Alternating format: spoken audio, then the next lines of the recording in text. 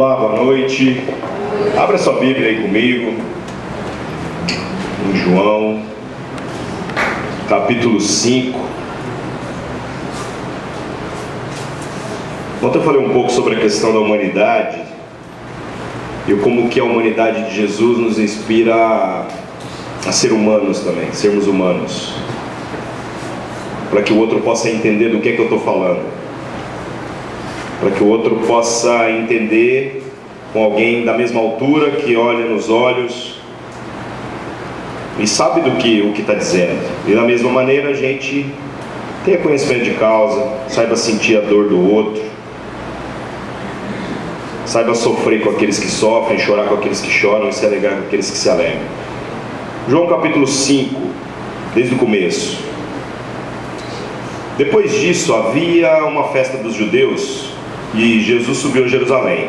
Ora, em Jerusalém, próximo às portas das ovelhas, há um tanque chamado em hebraico Betesda, o qual tem 5 alpendres. Nesse jazia grande multidão de enfermos, cegos, mancos e ressecados, esperando o movimento da água. Porquanto um anjo descia de certo tempo ao tanque e agitava a água. E então o primeiro que descia ali, depois do movimento da água, sarava de qualquer enfermidade que tivesse. Achava-se ali um homem que havia 38 anos estava enfermo. E Jesus, vendo-o deitado e sabendo que estava assim há muito tempo, perguntou-lhe: queres ficar são? E respondeu-lhe o enfermo: Senhor, não tenho ninguém que, ao ser agitada a água, me ponha no tanque. Assim, enquanto eu vou, desce outro antes de mim. E disse-lhe Jesus: levanta, toma o teu leito e anda. E imediatamente o homem ficou são. E tomando o seu leito, começou a andar. Ora, aquele dia era sábado. Ainda no mesmo capítulo, vá para o verso 39. É outra história desconexa dessa que a gente acabou de ler, mas é bem relevante. João 5, 39. Examinais as Escrituras, porque julgais ter nelas a vida eterna, e são elas que dão testemunho de mim. Mas não quereis vir a mim para terdes vida. Eu não recebo glória da parte dos homens, mas bem vos conheço que não tendes em vós o amor de Deus. Eu vim em nome de meu Pai, e não me recebeis. Se outro vier em seu próprio nome, a esse recebereis. Como podeis crer, vós que recebeis glórias uns dos outros, e não buscai a glória que vem do único Deus? Essa história que a gente leu primeiro aqui, ela me perturba um pouco. É você imaginar que havia um lugar naquele tempo onde Jesus estava caminhando por sobre a face da terra, um lugar que parece que tinha poderes mágicos. Vinha um anjo, mexia na água, e eu imagino a muvuca que aquilo lá virava. Sabe aquelas festas de aniversário quando estoura o balão, aquele balão grande cheio de farinha? Naquela hora não tem mãe, não tem pai, não tem irmão, não tem Deus. Tudo que importa é voar nas balas e pegar primeiro do que o outro. Eu imagino que esse tanque seja igualzinho esse balão.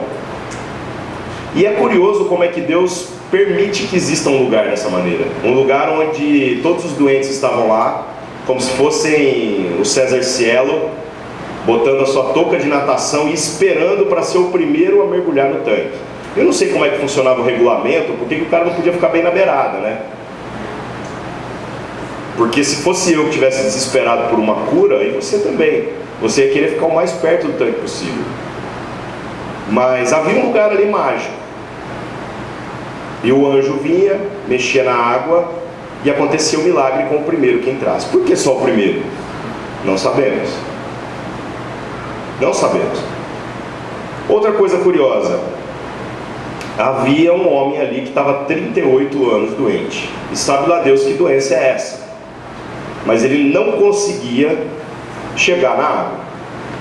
Outra curiosidade é que Jesus, ao abordá-lo, pergunta se ele quer ser curado. E ele responde que ele tem um problema. O problema é de que quando o anjo mexe na água, ele não consegue entrar na água primeiro do que os outros. Não é isso que Jesus perguntou para ele. Jesus perguntou se ele queria ser curado, não se ele queria entrar na água. E por aí a gente vai traçando um certo padrão de comportamento que se torna normal nos dias de hoje e em toda a humanidade, toda a história da humanidade. E milagrosamente Jesus faz talvez a coisa mais incrível que alguém poderia imaginar naquela circunstância. Depois de ter ficado 38 anos ali, Jesus cura ele sem pôr ele na água. E então, quando a gente para pensar nos anos que esse cara ficou parado, à margem de usufruir da bênção de Deus, que parecia ter sido reservada para algumas pessoas especiais, você percebe que a bênção de Deus poderia ter alcançado ele se ele tivesse a plena consciência de que, na verdade, a água nunca foi necessária. A água era uma muleta da fé. A água era um instrumento para que as pessoas pudessem se aproximar um pouco do sagrado, mas Jesus não usou ela. Ele fez questão de não usar ela. Ele podia ter feito o milagre de ter colocado o cara na água antes de todos os outros, e seria milagre do mesmo jeito. Ele poderia ter feito o milagre de contar quando que o anjo vai, para que o cara ficasse esperando, e continuaria sendo um ato milagroso. Mas ele fez questão de não utilizar o próprio mecanismo que Deus criou para que esse cara pudesse ser alcançado pelo milagre. O outro texto, que a gente leu aqui no verso 39, Jesus está debatendo com um monte de gente. E o versículo que mais mexe com a gente, sem sombra de dúvidas, é o 41, quando ele fala: eu não recebo glória da parte dos homens, mas bem vos conheço, que não tendes em vós o amor de Deus. Se vier outro falando no nome dele próprio, vocês vão receber. Mas como eu venho, falando no nome do Pai, vocês não me recebem. Basicamente é isso que esse texto vai desenvolver. E essas duas coisas parecem estar intimamente ligadas, embora Jesus está falando em contextos diferentes para pessoas diferentes. Se a gente parar para olhar a nossa fé e tentar discernir o porquê nós vivemos como vivemos e fazemos o que fazemos, a gente vai chegar na conclusão de que nós aceitamos um pacote fechado de práticas, de doutrinas, de reflexões, que na verdade são similares àquele tanque. São poderosas para levar as pessoas um pouco mais perto de Deus. Só que a gente às vezes tem a crise de entender o porquê que a gente faz isso. E por não entendermos o porquê que esse tanque foi importante naquele contexto, a gente quer abolir a existência dele. Ou seja, a possibilidade de que as pessoas possam vislumbrar o milagre, de que o milagre está ali perto. Mesmo que todas aquelas pessoas ficassem a vida toda à margem do milagre e não conseguissem alcançá-lo. A crise que a gente vive hoje de ser igreja é fazer com que o outro entenda o que a gente vive em fé. Porque a fé não é para você mesmo. E isso a gente falou um pouco ontem. A fé é a tradução da busca pela justiça, de modo que o outro possa entender. E justiça é amplo, ainda mais quando a gente está falando de justiça de Deus. Porque às vezes a justiça de Deus vai ser contrária à busca do nosso próprio interesse, vai ser contrária à lógica que nos ensinaram a vida toda, e às vezes vai ser contrário até à lógica desse mundo. A gente vai ferir a lei do mercado, e às vezes a gente vai ferir até a justiça dos homens, para poder fazer com que a justiça de Deus seja vista. Precisa de fé para isso. Você precisa de muita convicção para passar o seu interesse para frente, para tirar o sapato e deixar o outro andar um pouquinho, e andar descalço, sabendo que está tudo certo. Seus problemas não são problemas. Agora, vendo Jesus dizendo que ele não recebe glória da parte dos homens, isso aí me perturba também. Porque eu começo a pensar então, por que nós fazemos o que fazemos? Por que nós louvamos, se Deus não recebe glória da parte dos homens? Ou seja, todo o nosso louvor não faz Deus feliz. Se Deus quisesse um louvor decente, ele chamava lá os anjos mais afinados que ele tinha e faria o melhor louvor do universo. E ele teria a glória que ele realmente merece. Então todo o nosso louvor é desnecessário. E para que a gente se reúne todas as semanas e compartilha da palavra? Se você tem a palavra lá na sua casa, você tem a Bíblia, você pode mergulhar nela, e você pode aprender de Deus diretamente, sem que outra pessoa te ensine. Aliás, a própria palavra diz que o Espírito vai falar com você, e que não vai ser necessário que outros o ensinem. Então por que nós fazemos isso? Isso também é algo que poderia ser desnecessário. E por que nós nos reunimos e chamamos isso de comunhão? Sendo que eu posso me juntar com 2 ou 3 pessoas dentro da minha própria casa e lá ter verdadeira comunhão. Então, o que são essas nossas práticas? O que é essa nossa fé? Se não um monte de coisas, às vezes, que nós fazemos sem entender o porquê. Mas há um porquê. O porquê de todas essas coisas é que todas as nossas práticas litúrgicas, doutrinárias, são traduções. Ou seja, Deus fala a homens. Deus falou com homens ao longo da história da humanidade e continua falando através da sua palavra. E nós construímos como modelo litúrgico e modelo doutrinário traduções para que aquilo que Deus revelou aos homens seja passado de maneira fiel a outras pessoas. Então, na verdade, o propósito de todas essas coisas, que como a gente já bem percebeu, são desnecessárias, já que Deus não aceita a glória do homem, é que na verdade isso tudo não alcance Deus, mas que isso alcance o outro irmão, o outro, a pessoa que está perto para você. Então nós não cantamos para Deus ficar feliz, nós cantamos para que a gente possa projetar a felicidade na vida uns dos outros e viver junto. Ou seja, o meu louvor não é para Deus, o meu louvor é para o meu irmão. E louvando a Deus, o meu irmão é abençoado, porque ele entende o que é fazer parte da família. Aí você fala assim, mas eu não preciso disso. Não mesmo, mas o seu irmão precisa. Basicamente, todas essas construções doutrinárias, elas são como muletas. Sabe para que serve a muleta?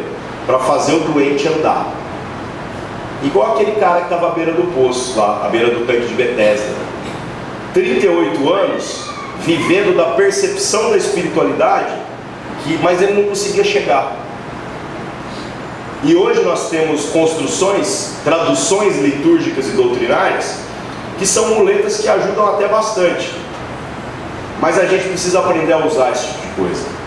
Por quê? Porque se temos conhecimento a respeito do amor de Deus, da graça, do Evangelho de Jesus como um todo, foi porque a gente usou dessas muletas. Eu não sei quanto a você, mas eu não fui alcançado por nenhum movimento de desigrejado. Eu não fui alcançado por ninguém que estava lá em casa, cuidando da sua própria vida, e abriu o céu e Deus falou com ele. Nem Deus falou comigo lá dentro do meu quarto dessa maneira sobrenatural. Eu fui alcançado por gente que vivia de maneira ordinária e conseguiu de maneira ordinária fazer com que eu abrisse meu coração para que o Espírito Santo se revelasse de maneira extraordinária. Eu fui salvo por gente que não tinha muita teologia, mas por irmãos que entenderam que o culto e todas as coisas que a gente tem como elementos do culto, na verdade tem o propósito de abençoar o outro, de fazer com que o outro possa entender um pouco daquilo que nós já entendemos. Porque Deus não recebe a glória dos homens, mas Deus tem dado da sua glória aos homens para que a gente pudesse repartir e pudesse glorificar o Pai através do único culto que Deus aceita, que é o serviço ao outro, que é a adoração que é prestada na vida do outro. Agora, nós usamos dessas muletas, e uma vez que o nosso entendimento passa a ser iluminado, muitas vezes a gente se envenena, porque a gente diz assim, agora eu não preciso mais ir ao culto. Verdade. Agora eu não preciso mais assistir pregação. Verdade também. O que você acha que prega para mim? Você acha que tem um grupo secreto dos pastores que pregam para os outros pastores, né? Como é que é isso? Quem entrega as cartas do carteiro, né? Já parou para pensar nisso? Tem um correio secreto que entrega as cartas do carteiro. Então quem prega para os pastores? Chega uma época da nossa vida que a gente tem que aprender a se emancipar. E se emancipar significa abrir a escritura e se alimentar, mesmo que não tenha alguém para te alimentar. Aliás, o propósito da igreja é o propósito mais contraditório da humanidade, porque a igreja existe para fazer com que ela mesma seja desnecessária. Porque se a gente for um cristão que alcançou a maturidade suficiente, o que vai acontecer? A gente não vai precisar marcar um dia para ter comunhão, porque a gente vai ter comunhão todos os dias. Nós vamos ter o prazer de viver em comunidade, mesmo que não marque dia e horário. Se a gente alcançar a consciência, a nossa consciência for verdadeiramente transformada, a gente vai ter o prazer de louvar mesmo que não haja música. E a gente vai repartir palavra uns com os outros de modo que todos nós seremos pastores. Essa é a utopia do reino de Deus. A igreja trabalha para se tornar desnecessária. Mas muitos de nós não querem abandonar a muleta. A gente passa a endeusar as nossas práticas como se elas fossem mais importantes do que o Evangelho da Graça, do que aquilo que Deus quer fazer. Bom, o que faremos então, né? Entendendo que Deus não recebe glória dos homens, e que o culto não tem nada a ver com aquilo que muitas vezes as pessoas acharam, que era um momento onde eu ia lá para fazer Deus se sentir melhor, então nós precisamos entender o que é um culto. Há uma diferença muito grande entre louvor, adoração e culto, porque são três coisas completamente distintas. Louvor é louvor, velho. A natureza louva a Deus. Já falei isso em diversas ocasiões, sobre aquele tigre que comeu o braço do menino no zoológico lá. Vocês lembram dessa história? Aquele tigre, quando comeu o braço do menino, ele louvou a Deus, porque é da natureza dele. Ele foi feito para aquilo. E aquele tigre, ele é a imagem de um atributo de Deus, que é um atributo doloroso, que é o lado selvagem de Deus. Porque a justiça de Deus é selvagem. A justiça de Deus é vem e faz. Ponto. Aquele tigre, quando arrancou o braço do menino, ele estava louvando a Deus, porque a natureza tem o poder de fazer isso. Aquele tigre, ele é animal, ele é terreno, mas ele não tem a possibilidade de ser demoníaco, porque ele não tem a capacidade de, tendo uma natureza que o inclina para aquilo, falar, não vou fazer. Não existe essa possibilidade nele. Então os caras estavam discutindo se tinha que matar o tigre. Eu falei, cara, esse povo está ficando louco. Se tinha alguém inocente verdadeiramente ali, era o tigre, por mais doloroso que isso seja. Porque eu tenho um filho de 4 anos, eu sei como é que é. Você piscou, ele está pendurado no ventilador, né? É dureza. Agora nós temos uma natureza muito diferente daquele tigre. Ou é pelo menos isso que Deus está dizendo a nosso respeito. Ele está dizendo que nós somos animais, que nós somos terrenos, mas nós temos a possibilidade de sermos demoníacos também. E sabe quando que a gente é demoníaco? Quando a gente, sendo os únicos seres em todo o universo que tem a possibilidade de contrariar as inclinações da sua natureza, cede a ela. O tigre não tem essa possibilidade. Logo ele jamais vai conseguir ser demoníaco, mas nós conseguimos. Então o que tem a ver uma coisa com a outra? Muito simples. Toda a nossa tradução litúrgica, toda a nossa construção doutrinária, todo o nosso empenho em viver junto, em ser igreja, em ter comunhão, em cantar a plenos pulmões, na verdade faz parte da disciplina de negar a nossa própria natureza. Para quê? Para que Deus seja louvado na vida do outro. Então eu não canto para eu me sentir bem, eu canto para que o outro possa se sentir bem. Eu me esforço na direção do outro para que haja comunhão, para que o outro possa ser abençoado. E não para louvar a Deus, porque a natureza louva a Deus. Agora, adorar a Deus, só o homem pode fazer isso. E se isso já não fosse complicado, tem o culto, lembre-se disso: louvor, adoração e culto. E o culto? O culto é exatamente esse lugar, ou esse ambiente mágico, onde nós só podemos fazer isso na coletividade. Porque você pode adorar a Deus e deve adorar a Deus em todas as suas ações, em tudo que você faz em todo o tempo. Mas você só pode cultuar a Deus se tiver alguém para falar o amém. Como eu disse ontem, é impossível prestar culto sozinho. Precisa ter 2 ou mais reunidos no nome do Senhor. Porque aí já não se trata entre uma relação minha com Deus, se trata de uma relação minha com os meus irmãos, a respeito da gratidão coletiva que temos sobre aquilo que Deus fez por nós. E aí Deus age, muitas vezes, de maneira sobrenatural, viabilizando um milagre que às vezes você está à beira do tanque e não consegue alcançar, e usando exatamente o irmão que sempre esteve ao teu lado. Sabe o que faltava para esse cara que estava lá no tanque de Betesda? Os amigos. Ele achava que o problema era que ninguém queria colocar ele no tanque. E o problema é muito maior do que esse. Porque Jesus curou ele sem usar água. O que lhe faltava era alguém que tivesse um entendimento esclarecido para revelar para ele de que a água é desnecessária. De que a água é dispensável. Ou seja, o que vivemos e tudo que fazemos, tudo que somos como igreja, para que serve? Para que o outro entenda.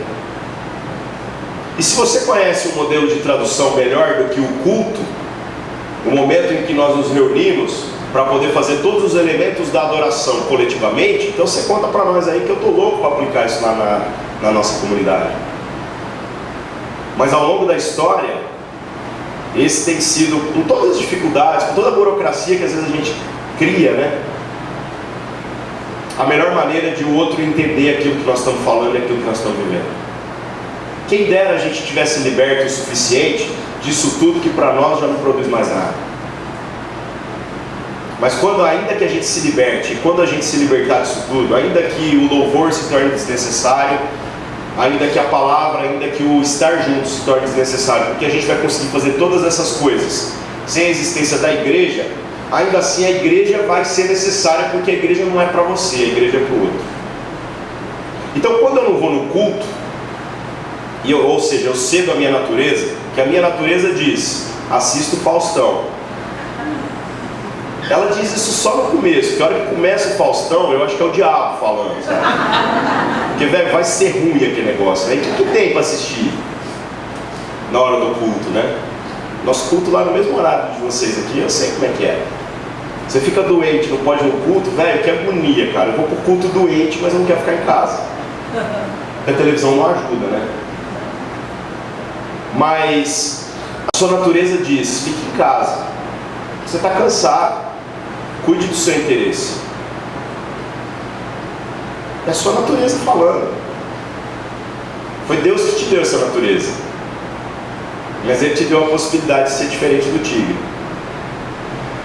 E olhando para a sua natureza dizer assim, eu nego a minha natureza e eu vou fazer aquilo que eu não quero fazer. Eu vou no culto. Por quê? Porque o meu irmão precisa de mim. Muda então todo o nível das relações que a gente passa a ter entre nós e entre nós e o mundo. Por quê? Porque a gente passa a entender porque que o culto chama serviço. Eu não estou aqui para ser servido, eu estou aqui para servir. Eu não venho para receber de Deus, eu venho para repartir de Deus. A gente vem para receber de Deus quando a gente às vezes está naqueles momentos de vale, de desespero, onde parece que a gente perdeu a sensibilidade para ouvir Deus. Aí a gente se agarra nos irmãos mesmo e vai de carona.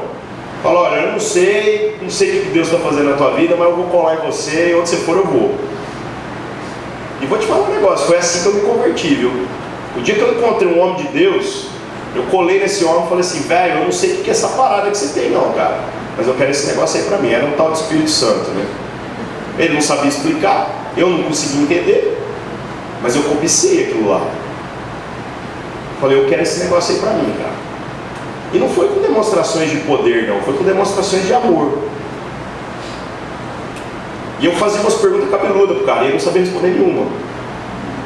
Mas ainda assim, o Espírito Santo tocou na minha vida de modo que eu passasse a desejar aquilo. E aí eu me esforcei por viver junto com aquele cara e viver de carona. Mas quando a gente supera esse grau inicial de imaturidade, a gente aprende como se alimentar e onde se alimentar, a vida cristã muda de perspectiva, porque não se trata mais daquilo que eu posso receber de Deus, mas se trata de, tendo a consciência de que Deus já nos deu todas as coisas, o quanto que eu posso repartir. A minha oração por prosperidade não vai ser mais para avaliar o quanto que eu posso juntar, mas o quanto que eu posso dividir, o quanto que eu posso ter para abençoar o meu irmão. E aí então volta o prazer de todas as práticas que se tornaram desnecessárias na nossa vida, mas nunca se tornarão desnecessárias na vida do nosso irmão. Por quê? Porque sempre tem mais um. Sempre tem mais um irmão lá fora que às vezes ainda não se assentou na mesa do pai. E a responsabilidade sobre a vida da família é nossa. Nós os que já recebemos essa iluminação de entendimento. A grande verdade, irmãos, é que às vezes esse peso que tem se tornado ser igreja no século XXI, porque nós estamos olhando as nossas práticas e falamos, cara, faz 2000 anos que a igreja está fazendo o que faz. Isso ainda é relevante? Se você está pensando em você, a resposta é não. Mas se você está pensando no outro, com certeza é. E sabe quando a igreja vai ser mais igreja do que ela tem sido?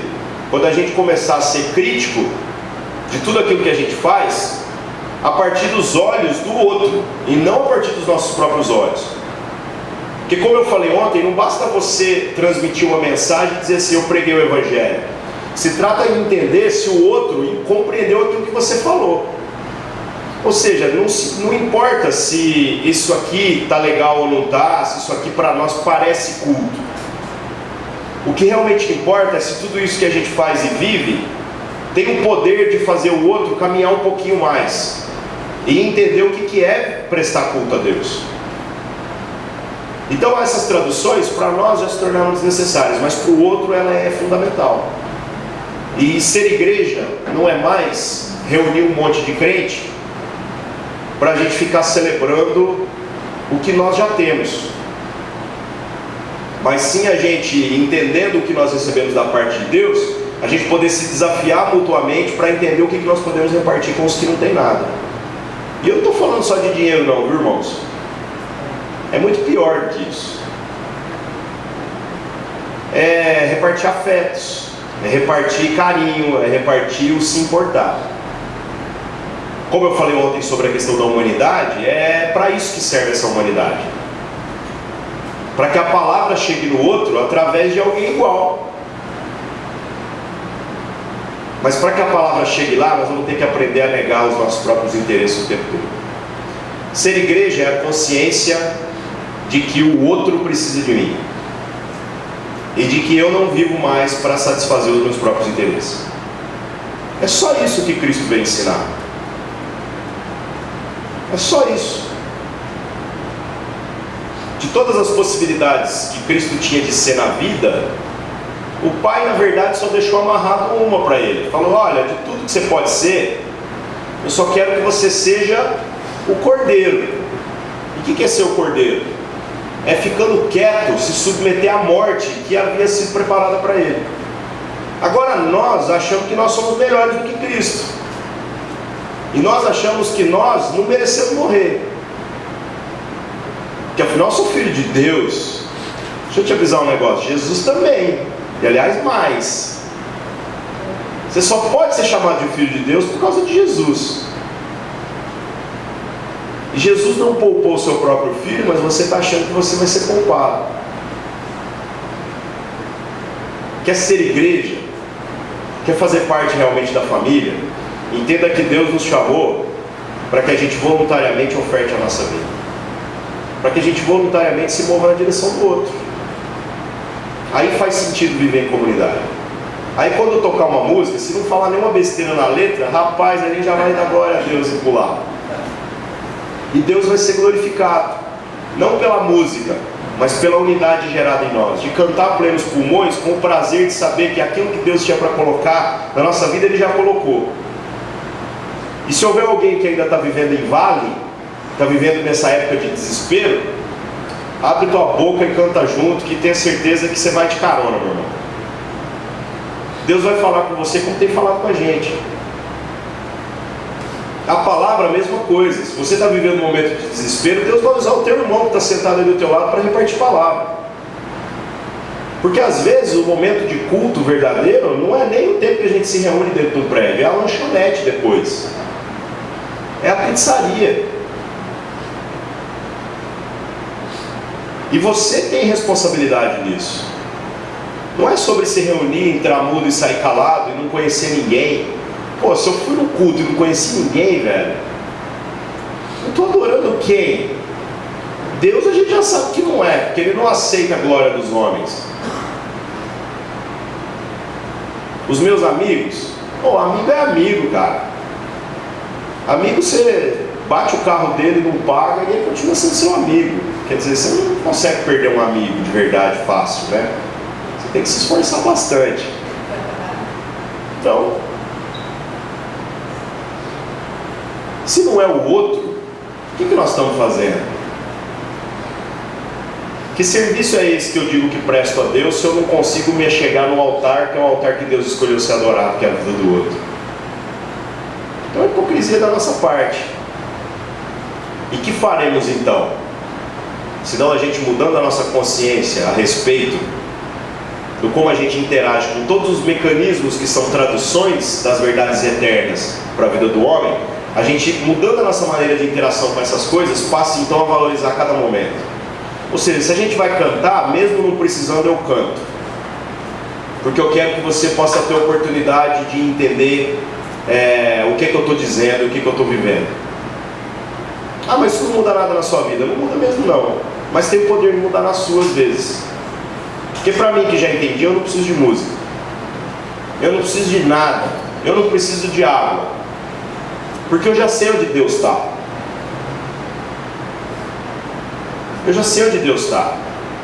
Eu já sei onde está a palavra. Mas o meu irmão não sabe.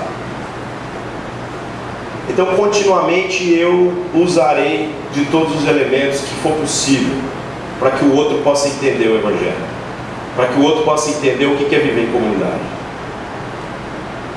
Nega a si mesmo todo dia, para que você não se torne uma pessoa demoníaca. Tendo vontade de ficar calado, cante, porque senão você se torna demoníaco. Tendo vontade de não ouvir a palavra, ouça. Tendo vontade de não pregar, pregue. Tendo vontade de ficar em casa assistindo Faustão, sai de casa. Porque fazendo essas coisas e prestando esse serviço, ou seja, servindo ao teu irmão, com a tua presença, é que Deus vai verdadeiramente ser adorado. E todo o resto é detalhe. Se nós nos tornarmos maduros dentro dessa consciência, a gente vai poder começar a simplificar a liturgia. Porque não vai ter que alguém dizer para você fica de pé para adorar a Deus, porque vai ter que falar para você parar um pouco, porque você vai adorar a Deus mesmo que ninguém diga nada. Você vai adorar a Deus e a plenos pulmões através da sua música, porque você entende que a sua música faz coro com a voz do irmão. E isso abençoa o irmão, e é nesse lugar que Deus escolheu se adorar. Então não se trata mais de nós mesmos. Se trata de uma vez que a gente entendeu que o Evangelho não é sobre resolver os nossos próprios problemas, mas sim sobre os problemas do outro, a gente se move na direção do outro. Ah, eu tenho dificuldade com a igreja. Quem não tem? É igual falar que não tem dificuldade no casamento. Nós estamos falando de relações, irmãos. Mas a gente tem vitória em todas as relações quando a gente age da mesma maneira que Cristo agiu. Não precisando fazer as coisas que fez, Cristo fez questão de fazer. Não precisando morrer, porque Ele era poderoso para resolver todas as tretas. Ele fez questão de morrer. E da mesma maneira que o Pai só aceita Jesus morto, porque Jesus glorificado, naquele momento do Getsemane, não fazia sentido nenhum. E Jesus é tão ousado que Ele deixa isso explícito na oração que faz. Ele pega e fala: olha Pai, a minha vontade é tirar a corda do meu pescoço, mas que seja feita a tua vontade. E sabe qual foi a vontade do Pai? Exatamente aquilo que o Pai menos desejava. Porque que pai deseja ver seu filho morto? O Pai fez isso. E agora compete a nós fazer o mesmo. Negando a nossa natureza, negando as nossas inclinações, não nos tornaremos seres demoníacos, porque nós somos os únicos que podem fazer isso. Então a gente vai se esforçar para viver junto, porque isso faz parte de negar a nossa natureza. A gente vai se esforçar para louvar junto, porque isso é contrário à natureza. A gente vai buscar a palavra para ter o que repartir com o outro, porque isso é contrário. Esse mundo não fala de repartir. Esse mundo só fala de acumular. A gente vai ser generoso nas ofertas. E vou falar um negócio para você. Esquece esses percentuais aí que a galera está bitolada, viu? Quando o Espírito Santo mover na tua vida, meu irmão, você não faz nem conta, que senão você surta. 10% é passar com nota 6 na graça, velho. Todo respeito. Com todo respeito. Ah, mas e se eu não der, você é amaldiçoado? Não, velho, relaxa, não é isso. Deus é bom. Você é infiel e Deus continua sendo fiel sempre. Você não vai para o inferno por causa de não meter a mão no bolso, não. Quem vai para o inferno é o teu irmão. E esse é o culto que Deus espera de nós. Entender isso, entender que o nosso serviço não é para nós, não é para me salvar. Eu já estou salvo, cara, e você também. Entender que o meu irmão precisa de mim. Ele precisa da minha música, ele precisa da minha palavra, ele precisa da minha companhia, da minha amizade sincera. Às vezes só para chorar junto, porque às vezes tem umas desgraças na vida que não tem o que fazer, cara. Aliás, é o que mais tem, né? Eu queria escrever um livro sobre aconselhamento. Eu escrevi 2 linhas e acabou aí o livro. Não tinha mais. Porque eu acho que eu sintetizei todo o aconselhamento em uma única teoria. Sabe como é que você aconselha alguém? Você chega lá e, à luz da palavra de Deus, leva essa pessoa a dizer com a própria boca dela o que ela tem que fazer. Porque em 99% dos casos ela sabe o que ela tem que fazer. Ela só não quer fazer. Então, quando ela disser o que ela tem que fazer, e a gente vai ter que conversar muitas vezes para levar essa pessoa a dizer o que ela tem que fazer. E ela sabe. Quando ela disser, você fala assim: pronto, agora eu vou te ajudar a fazer isso. Resolveu 99% dos problemas. E o outro 1%? O outro 1%, meu irmão, abraça e chora e fala: vamos clamar a Deus. Se você conhece algum outro caso de aconselhamento, ele fala, que eu nunca vi. A gente ou foi chamado para ajudar a pessoa a encontrar na palavra aquilo que Deus está querendo ensinar, ou chorar junto. Então nós precisamos aprender a prestar esse culto. Você nunca mais vai ter crise com dinheiro quando você vê o teu irmão passando necessidade e você realmente tiver o teu entendimento transformado para entender que o teu irmão é o lugar onde Deus quer o culto, a vida do seu irmão. Você não vai fazer conta. Esse negócio de dízimo fica para trás. Porque quando o teu irmão está passando aperto, você mete a mão no bolso e você é generoso. Você não faz Deus feliz quando você coloca a mão no bolso, mas você tem o poder de fazer o seu irmão um pouco menos triste. A palavra nessa noite é para que a gente aprenda a se perder um pouco na direção do outro, renunciar ao controle que a gente acha que tem da nossa espiritualidade, porque a nossa espiritualidade não é para produzir vida em nós. A nossa espiritualidade é para traduzir a vida que Deus já colocou em nós, para que o outro possa se alimentar. É para abrir os olhos das pessoas que estão vivendo à margem da religiosidade, à beira do tanque onde o milagre acontece, mas não consegue entrar na água. Para que a gente possa, por um momento, ser muleta para essas pessoas, para que elas possam alcançar o milagre de Deus. Porque nós usamos dessa muleta, e agora a gente quer quebrar as muletas tudo, né? Agora que a gente aprendeu a andar, a gente quer detonar as muletas. Não, porque o culto não é mais necessário. Muito bonito isso, né? Que a gente sirva de muleta para que o outro possa aprender a andar. E uma vez que ele aprendeu, a gente possa libertar o outro também. Para que no tempo certo ele entenda que a água nunca foi necessária, que bastava a gente estar junto. O que faltou para aquele homem à beira do tanque de Betesda não foram amigos que o colocassem na água. Foram amigos que lembrassem ele de que Deus é mais poderoso do que qualquer água. Enquanto ele estava buscando a água do anjo de Deus, ele se esqueceu que ele poderia buscar Deus diretamente. E Deus fez questão de se revelar àquele homem através de outro homem, que foi Jesus. Que possamos viver então os nossos dias sendo instrumentos da revelação para as pessoas que andam junto com a gente, entendendo que o nosso esforço em permanecer juntos é para que Deus seja glorificado no outro, e mais nada. Mais nada. Ah, eu fui para a igreja, eu virei uma pessoa melhor. É lógico que você vai virar uma pessoa melhor. Exercita o morrer todos os dias um pouquinho, um pouco de cada vez pelo outro, e você vai ver o quanto que os seus problemas se tornam insignificantes. O quanto que o egoísmo em você passa a perder espaço. Porque o nosso problema não é os erros que a gente comete na nossa jornada como homens e mulheres andando sobre a face da terra.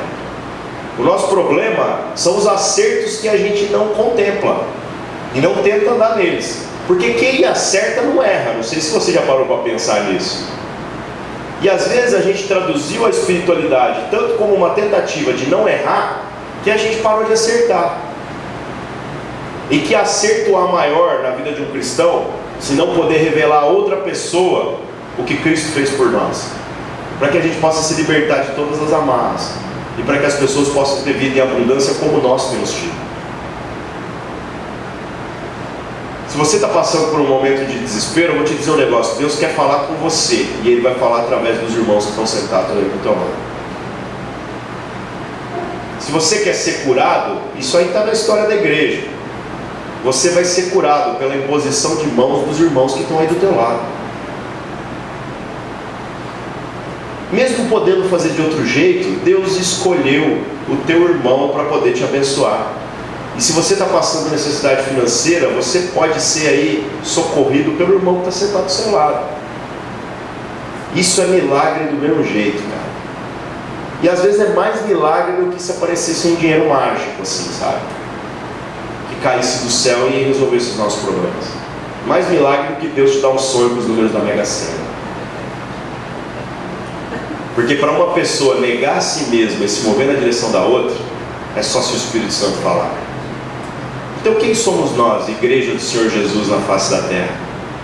Aqueles que entenderam que a gente vive junto para negar o nosso próprio interesse, para, negando a nós todos os dias, fazer com que Deus seja glorificado no outro.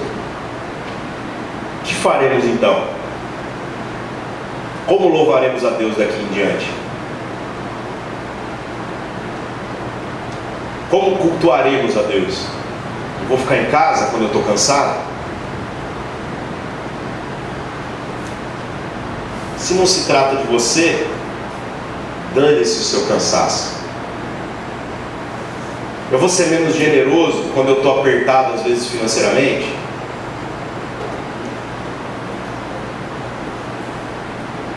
Pensa no teu irmão.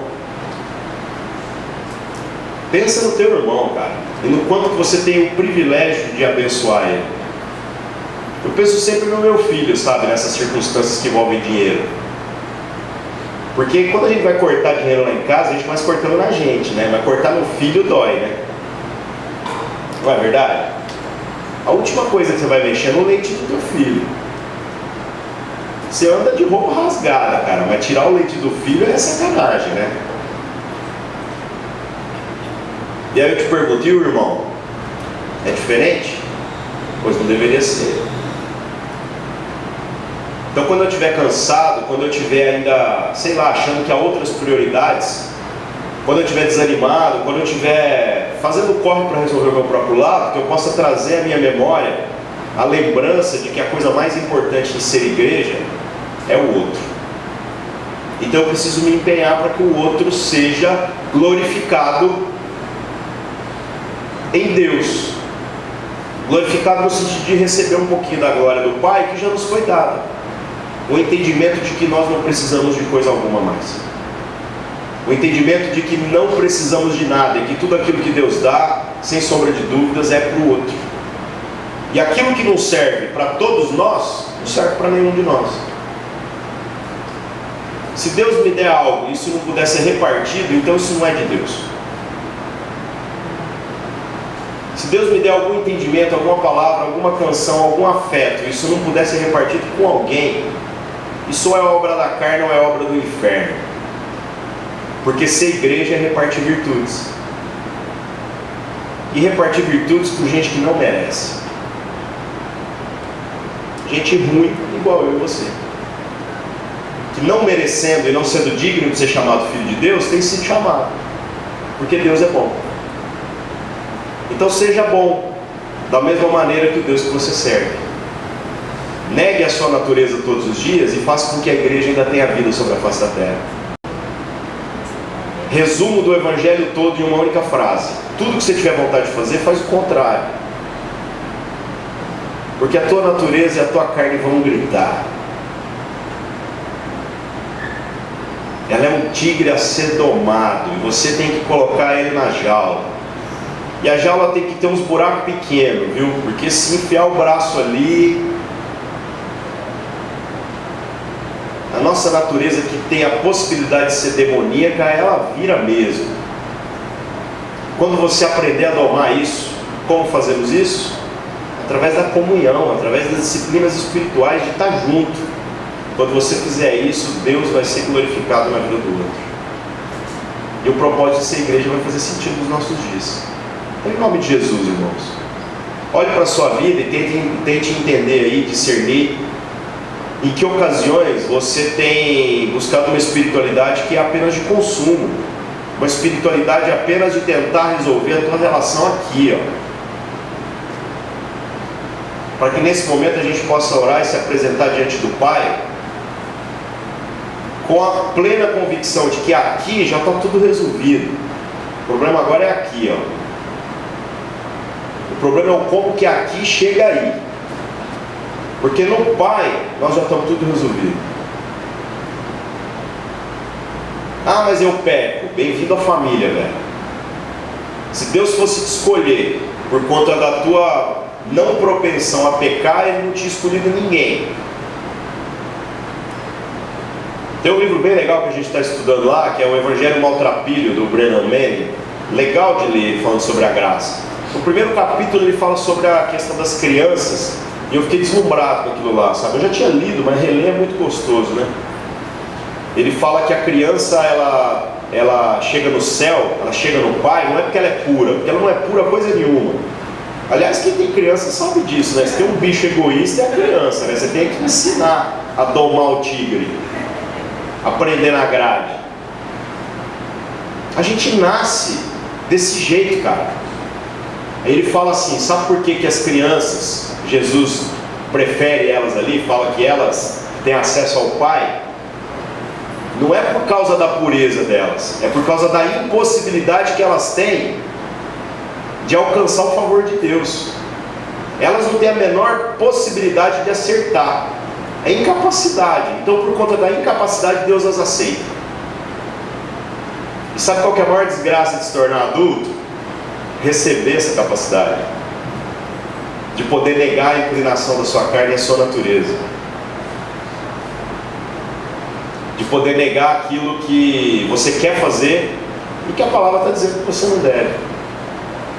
Então, que a gente mova nessa noite o nosso coração no sentido daquilo que Deus quer, e aquilo que Deus quer é o outro.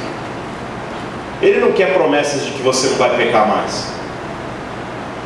Ele quer um coração que entende que mesmo em pecado Ele te aceitou, e que agora que Ele te aceitou, você vai parar de ficar focado em não errar e vai se concentrar em acertar, porque quem acerta não erra. E quando você acertar, você vai ver que o pecado vai perdendo força na sua vida,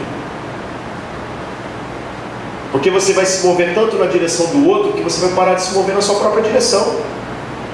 E assim a igreja faz sentido para a nossa geração, para os nossos dias.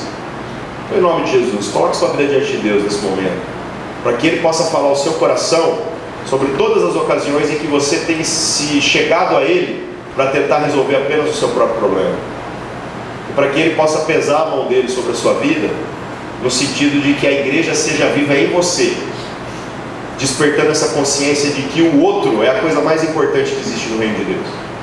Amém? Vamos orar, irmãos. Senhor nosso Deus, nós pedimos perdão pela omissão que temos, a omissão que temos feito, transformado em hábito, a omissão que temos para com os nossos irmãos, para com a sua causa, Senhor. Porque o Senhor enviou o Teu Filho para morrer pelos outros, e agora a gente tendo o privilégio de fazer a mesma coisa, nós não queremos morrer nem por nós mesmos, quanto mais pelos outros. Que o Senhor traga iluminação ao nosso entendimento, Senhor. Que o Senhor nos lembre todos os dias que a verdadeira adoração, louvor, oferta e sacrifício só são aceitos na vida do outro. E que essa natureza nossa, que tem esse potencial de ser demoníaco, possa ser domada. Que a gente nunca se esqueça disso, Pai. E que a gente, domando essa natureza, possa glorificar o Senhor na vida dos nossos irmãos. Se a tua igreja não tem sido luz sobre a face da terra, Pai, nós reconhecemos que a culpa é nossa. Nós reconhecemos que isso é culpa da nossa espiritualidade consumista, do quanto que a gente tem se reunido apenas para tentar resolver o nosso próprio problema. Nos dá um coração virado para o outro, Pai. Nos dá um coração para repartir afetos. Um coração, Senhor Deus, para repartir tudo que o Senhor colocar de bom na nossa vida. E se há alguma coisa na nossa vida, Pai, que não serve para todos nós, então que não sirva para nenhum de nós. Que o Senhor tire. Que o Senhor tire a nossa paz, se a nossa paz não é para repartir com o outro. Que o Senhor tire o nosso descanso, se a gente, ao descansar, não coloca outros no mesmo descanso que a gente tem vivido. Que o Senhor tire o nosso dinheiro, se o nosso dinheiro não glorifica também o Senhor na vida do outro. Porque nós queremos ser família de Deus, não apenas da boca para fora, mas em ações que traduzem isso para aqueles que ainda não entendem, de uma maneira muito clara e compreensível. Perdoa-nos, Senhor, pela omissão que nós temos tido como igreja sobre a face da terra. E transforma o nosso coração em um coração que é virado para o outro. Em nome de Jesus. Amém. Amém, irmãos. Deus abençoe.